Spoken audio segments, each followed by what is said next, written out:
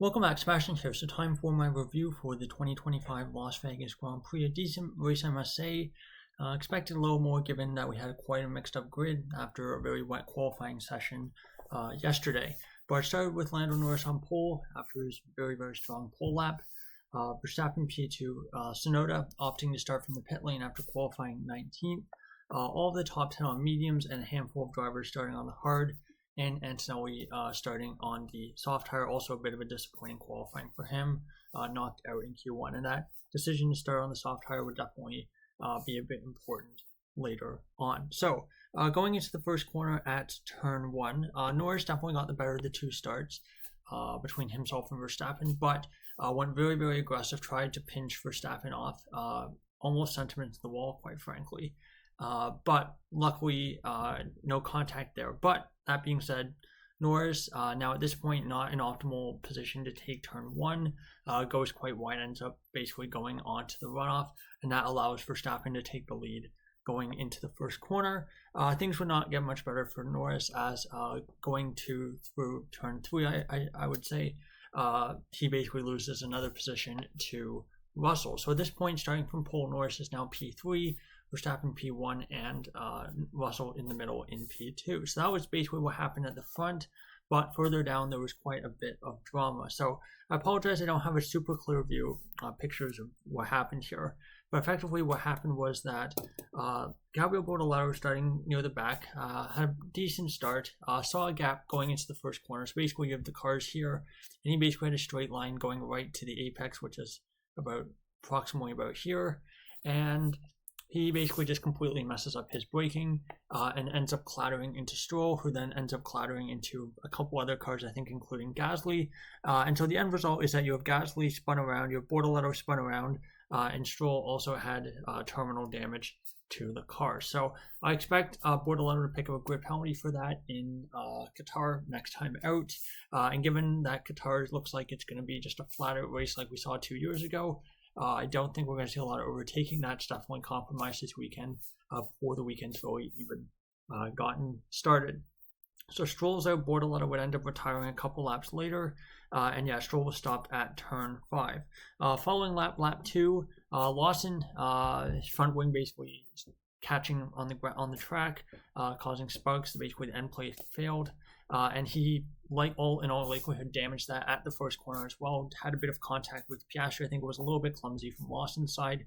But yeah, that would basically send him to the back and effectively end his race after it looked like he could have been in a position to pick up some really good points, maybe 4 to 6 points, I would say.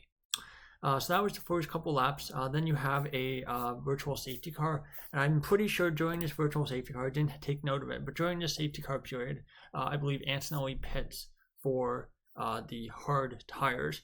And that would be, of course, a bit important later on.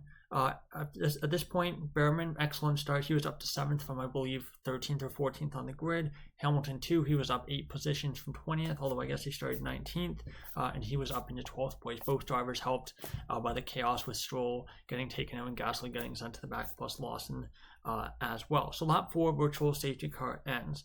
Lap 5, Verstappen not pulling away from Russell, thought maybe this could be a tight battle between the two of them all race long, and lots of DRS trains, and not a whole lot of overtaking. But just as I write that, Leclerc manages to get past Behrman up to P7, and he made that move at the end of the back straight. Going from there, Bortoleto Stroll investigation said it was noted after race, and yeah, that's what I wrote. What I mentioned before about likely Bortoleto picking up a grid penalty for that. Lap 9, Verstappen-Russell gap is about 1.5 seconds. So Russell, Verstappen basically keeping Russell out of DRS after those first 6-7 laps after the virtual safety car ended. He was within a second, but just not really able to get closer than that. And Norris 3 seconds further back in the McLaren. Lap 11, Antonelli gets past Colapinto for P14. Lap 12, Piastri has a bit of a scruffy lap. He locks up going into the back straight, and like I kind of mentioned in my preview earlier this week, that's a really bad corner to have a poor exit from, and it really compromises Piastri going down that lap back straight, and he ends up getting overtaken by Leclerc for P6. So basically, Leclerc's P6 yeah, Leclerc's P6 and Piastri is now P7 at this point. A couple laps later, Leclerc basically repeats the move, overtakes Hadjar for P5 at turn 14. Albon pits. He was the actually first of the drivers to pit, and we didn't know at the time, but we find out a couple laps later that he'd been in a bit of a tangle with Lewis Hamilton. Russell comes on the radio as well at this point, saying he has the same steering issue as quali. So basically, after qualifying, he said that he basically felt like as if he had lost power steering. Of course, makes things much more difficult.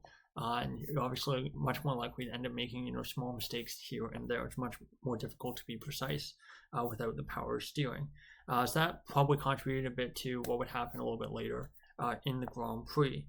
So then we would find out, we would see a replay of Albon and Hamilton going wheel to wheel. Albon seemed a bit miscalculated the positioning of his front wing in this case, and basically ended up driving into the back of, just clipping the back of Hamilton's car, and you can see basically the front wing end plate basically goes flying in the air. He loses it there, and that would cause him to come in and pit for that new front wing, I believe. And yeah, we would eventually get a virtual safety car because of that. Antonelli, in the meantime, had ended up with a 5-second penalty for a false start. So again, we watched a replay of this false start, and they changed the rules like I think 3 to 4 years ago. I think when Bottas basically did a false start, and he did it so perfectly that it basically was outside of the tolerance of when it was basically outside of human reaction tolerance, but it was technically after the lights went out. They changed the rules to basically make it a little bit more clear. And so when you're looking at the onboard from Piastri, from Antonelli's car, you can barely even see the car move. So it was quite a strange one. We'll see if we find out anything after the race about what exactly went wrong there. But nonetheless, Antonelli gets a 5-second penalty, and it would actually end up costing him a little bit at the end of the Grand Prix. So a bit unfortunate there. Lap 16 virtual safety car for the Albon front wing debris ends. I thought, maybe if that lasted a little bit longer, might have had a couple cars that come into the pit. But yeah, not so. Lap 17 then, on the restart for the virtual safety car, Piastri catches Hadjar napping and retakes 6th place. So Hadjar basically just caught out a little bit by the end of the virtual safety car, and Piastri basically just blew by him midway down the back straight. Alonso pits to cover, comes out 15th behind Tsunoda, so I thought not a great position there, especially given Tsunoda had pitted earlier. It was not going to be super easy to get past the unfortunately languishing Red Bull outside of the points. Russell pits at this point to try to, I guess, potentially undercut Verstappen, or to potentially protect from an undercut from Norris further behind. Hülkenberg overtakes Behrman for virtual P9 at this point. At this point, Behrman pretty poor pace. Behrman pits as well, and he comes out behind Alonso. Lap 19, Verstappen Norris not really responding to that Russell pit attempt. Of course, undercut attempt in both cases either way. And at this point, Albon was also given a penalty, I believe, for a starting infringement, and that was one that he would have to end up serving a little bit later, I believe. Lap 21, Hadjar pits, comes out ahead of Tsunoda, so that was key for him. Hamilton finally gets ahead of Ocon. Hamilton had been behind the Haas driver for pretty much the entire race. Finally gets past. Alonso overtakes Tsunoda. Norris pits, and Sainz does as well. Enjoying the pit phase, Sainz, who had basically been running in P4 for most of the first day in the Grand Prix, was starting to fall back at this point. But I think given that Williams, I think, was definitely not really on the pace of the top 4 cars this weekend, again, makes sense that he was basically being forced to fall back a bit. But Piastri basically gets past Sainz for virtual P5 at turn 4, just coming out of the pits. Lap 25, Antonelli overtakes Ocon. Leclerc pits, overcuts Sainz, and Verstappen pits and stays out in the lead as he was the last of the front runners to pit. That basically left, I believe, Hamilton and Hülkenberg as the only drivers basically in the top 10. They were, I think, in 4th or 5th place at this point, who had not pitted yet. Actually, yeah, this is a little bit early for that, so we're just going to go back. Just pretend you didn't see that. Lap 30, Hamilton pits, comes out 10th, so good for him in the sense that he has made his way from the back of the grid up into the points in 10th. Hülkenberg follows the following lap and comes out just in front of Hamilton. Hamilton had a really scruffy outlap. I think he lost like 6 or 7 seconds to Hulkenberg and almost got overtaken by Alonso as well. So not great there. And Behrman basically capitalizes on that and ends up actually overtaking Alonso for P11 at turn 14.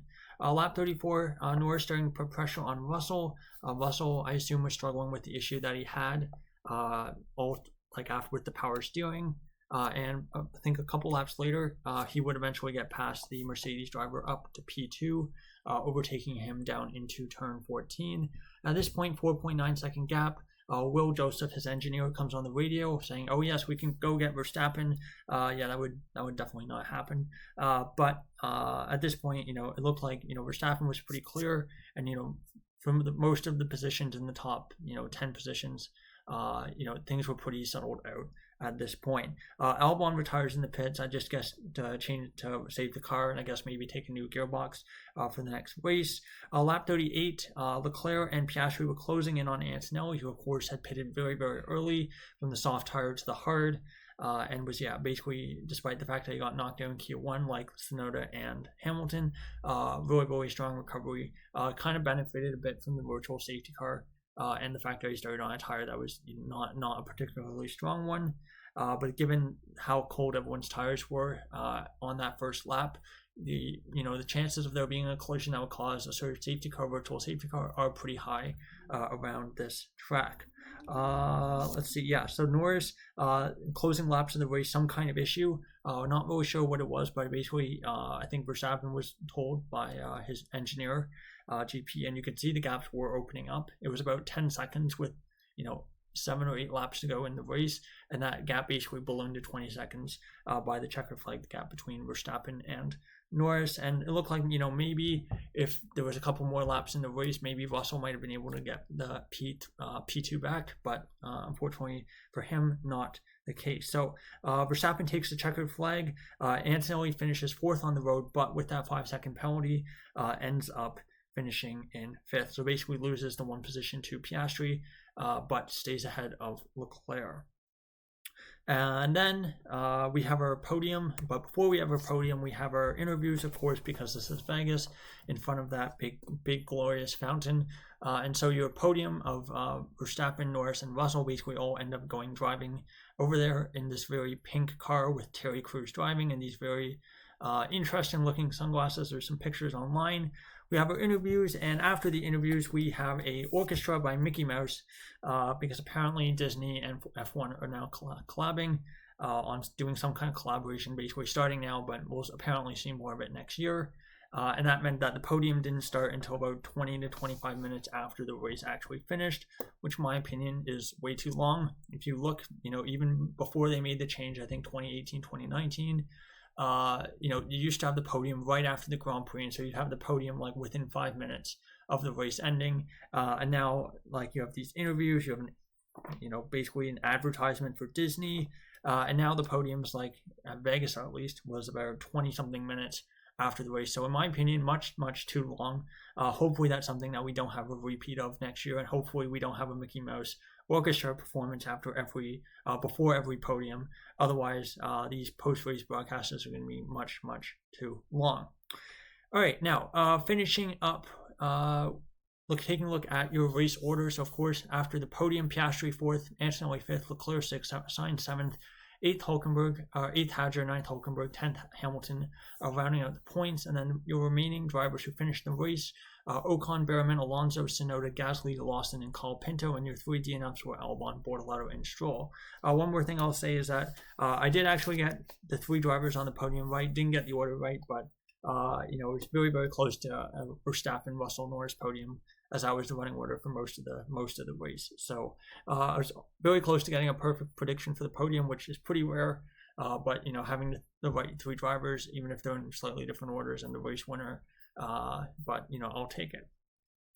All right, now finishing up, taking a look at your championship standings. Verstappen stays within mathematical contention for the Drivers' Championship, but still not in a great situation. It's 42 points now. And at this rate, at the way things are looking, with Norris having a 30-point advantage over Piastri, it's looking like, in all likelihood, Norris will at this point take the championship. at the Qatar Grand Prix, which is of course next weekend.